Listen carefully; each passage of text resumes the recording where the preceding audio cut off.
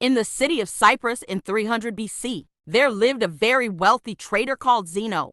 While on a voyage from Phoenicia to Piraeus, his boat sank along with all of his cargo. Because of that single event, an event that was entirely out of Zeno's or anyone's control, this very wealthy man suddenly became poor. In an instant, imagine you were Zeno. How would you react to your entire life's work getting flushed down the drain by the sheer force of nature? What is the proper reaction? Would you be angry, sad? Would you feel life has treated you? For most of us, this would all be normal reactions. But not for Zeno, the father of Stoicism.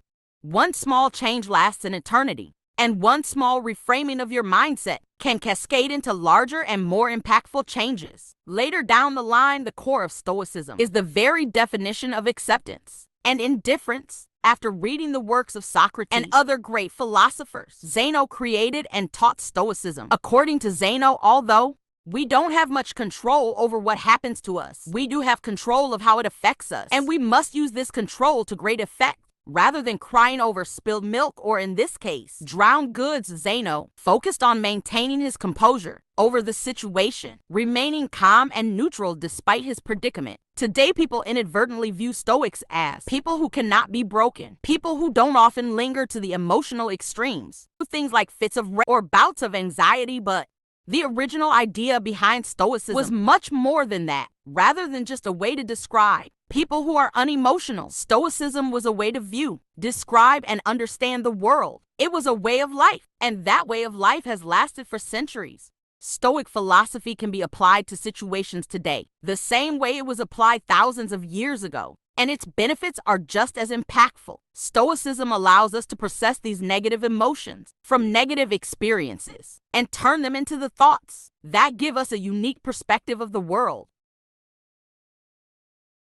Perspective is everything, and everyone in the world has different experiences, and thus different perspectives on things. Since the Stoics gathered, discussed, and taught philosophy in a public place, their general philosophy was widely known. They believed that the Stoic principles could greatly benefit anyone and everyone, and so it didn't make sense for them to hide that knowledge behind the four walls of a school or of the palace courtyards. As a result, everyone from slave to emperor could learn and become a Stoic, and they did. Some of the world's most notable Stoics include Epictetus, which translates to acquired, as he was once owned as a slave, Seneca, who was a well-renowned statesman, and Marcus Aurelius, a Roman emperor, and one of the most powerful men to have ever lived. The early Stoics practiced what they preached, avoiding all forms of segregation and leading the fight against inequality. They even invented the word cosmopolitan, which literally means citizen of the world.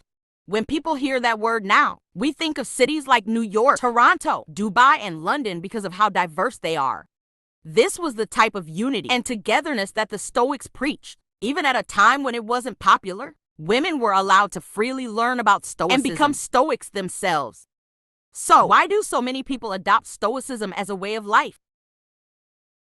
In a world full of unexpected turns of events, our emotions can tend to get in the way of things. In reality, we don't really get sad because bad things happen to us. We get sad because unexpected bad things happen to us. Rain is a good thing. It helps to water our plants, provides water for livestock, and keeps the temperature cool and humid. But the truth is, when that dark cloud catches you outside, without an umbrella, it's never a good experience. So why don't we start crying once it starts to rain? It's because although the situation is bad, we've learned to expect rain. It's something that is unavoidable. We can't control the weather. Although it sucks, the rain passes and the late return still isn't. Teaches us that in the same way, we should expect that everything bad that can happen will happen. Picture the worst outcome and be content knowing it could happen. One of the Stoic exercises is known as voluntary discomfort, an exercise aimed at increasing feelings of gratitude. Sleep on the floor of your kitchen, taking cold showers when you normally take hot ones, eat nothing but potatoes for a few days. Things like this. This exercise helps you to understand that no matter how hard it gets, you'll still survive and potentially thrive if your mindset is right by being able to withstand these uncomfortable situations. We indirectly prepare our mental for future misfortunes. With the current state of the world, where advertisements are shoved down our throats, to believe if we don't have the next best thing, look a certain way, or make a certain amount of money, that we will never be happy. This message is more important now than ever. We enter the world not knowing much of anything. We grow up being taught things at home, in school, and by observing the world for ourselves. The thing is, a lot of time, all three of these sources of knowledge teach us in different ways. The question is, do we need to internalize all of this knowledge? If we do, we could unknowingly be setting unrealistic expectations for our lives, leaving us ultimately disappointed and unsatisfied. In the end, that's no way to live. We should instead focus on improving ourselves. For ourselves, we should do things for ourselves, and only for that reason attaching any external hope or secondary attachments to the actions we take almost always lead to disappointment. Most of the time, we end up trying to fulfill that emptiness with external things, blowing all your money on a fancy car, the house, or even starting a family. Sometimes, we do all of these things for their external value and not their internal value. But Stoicism teaches that if you approach life this way, you place your happiness in the hands of external forces that can always fail. Cars almost always break down. Natural disasters wipe away entire cities, and divorce rates climb higher and higher each year. But even the free things in life come at a cost. The cost of space, both physical and mental. Seneca once wrote, "Learning to live with lust will create space in your life for the things that truly matter to you. Instead, we must place our happiness on our intrinsic value as humans and on nothing we have, for it can physically acquire. We must choose to do our best to keep a cool head, regardless of what life throws at us, because regardless of what it is we want, at the end of the day, we don't have any control over the majority of things that happen to us. But we do have all the control over how we react to those things. That is the dichotomy of control, the most important principle in Stoic philosophy. Stoics teach we must learn to separate what we control from what we cannot control. We need to determine our value, not from things we can't control, but from the things we can. Striving towards goals is a good trait, but breaking down when those things don't go your way is, in a Stoic's point of view, useless. Making YouTube videos is, well, a lot easier than being a Roman emperor, but it can still prove to be challenging sometimes. First, you must form your idea, which takes forever, then research that idea. Scrap it because it sucks. Start over, script the video, create the video, edit, make the title, thumbnail, and everything else before you hit upload. Everything up until the point where you click upload is all up to you, however.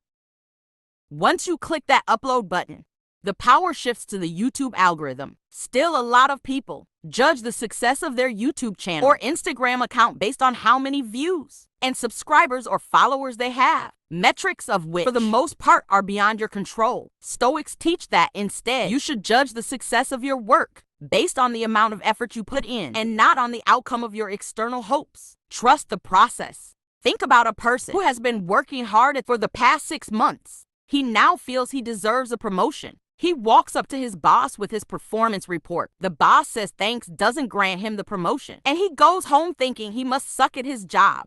He doesn't consider the boss might have simply woken up angry, might have been better qualified at the time, or maybe the company was just losing money and couldn't afford it. He doesn't know the reason, but he's still upset if he simply placed his value on the quality of the performance report and kept doing what he was doing to earn the promotion he wanted. He could have been much happier overall. With the right perspective, his goal wouldn't have been diminished, but just postponed. It's this reframing of your mindset that is crucial. A true Stoic does not view their successes based on the financial gain of their ventures, but is comforted by the fact that they can live a comfortable life without all the things money can buy. These are the 4 main virtues of Stoicism: wisdom, courage, temperance, and justice. Wisdom is being able to separate between what is internal and what is external, and the ability to choose our reaction to the things that happen to us. As Viktor Frankl said, between stimulus and response, there is a space, and that space is our power to choose a response. Courage to words persists and resists. Temperance, or moderation, is what I just stood there doing. More with less, saying more with fewer words. While Jeff Bezos and Elon Musk are fighting at the top of the Forbes list, Stoics believe that the limit of wealth should be having what is essential and then having what is enough. Justice is the most important of all the virtues. It instructs that no one should do harm to another because we were all born for each other. to do good to one another and not to ourselves. Nelson Mandela was one of the most famous African leaders in the world. While he was fighting against apartheid, he got sentenced to life imprisonment before finally being released. When he was released from prison, he was elected president of South Africa, and thus many people thought he was going to brutally punish all the people that had anything to do with apartheid or his imprisonment, but of course, he did not. Throughout his time in prison, Mandela read the works of Marcus Aurelius and learned many of the core values of Stoicism, all of which he practiced throughout his life. Instead of calling for the heads of the wrongdoers, Nelson Mandela urges people to instead seek the opposite, to relax and rebuild. You stressed that the past was now beyond their control and that the only thing they could do, the way to move forward and build a better nation. This is the way of the Stoic. In modern-day medicine, Stoicism is at the core of procedures like rational behavioral therapy and logotherapy.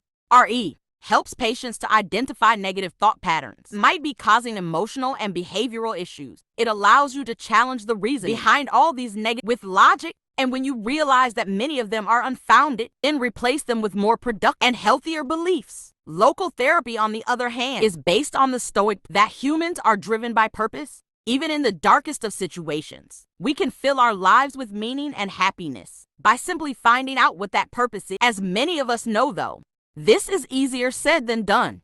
It's a process much like everything else. We have to rewire the way we think, out with the old and with the new. To fix our problems with happiness, we must practice so forth by redirecting our definition of value to the things that we can control. Stop getting fixated on the things we cannot control. And overall, we can lead a much happier and more fulfilling life. Stoicism helps us steer through past and present storms into calmer and more peaceful waters. And if our ship sinks and we all drown, we can take peace in the fact that we lived a good life, albeit not as long as we had hoped. Because remember,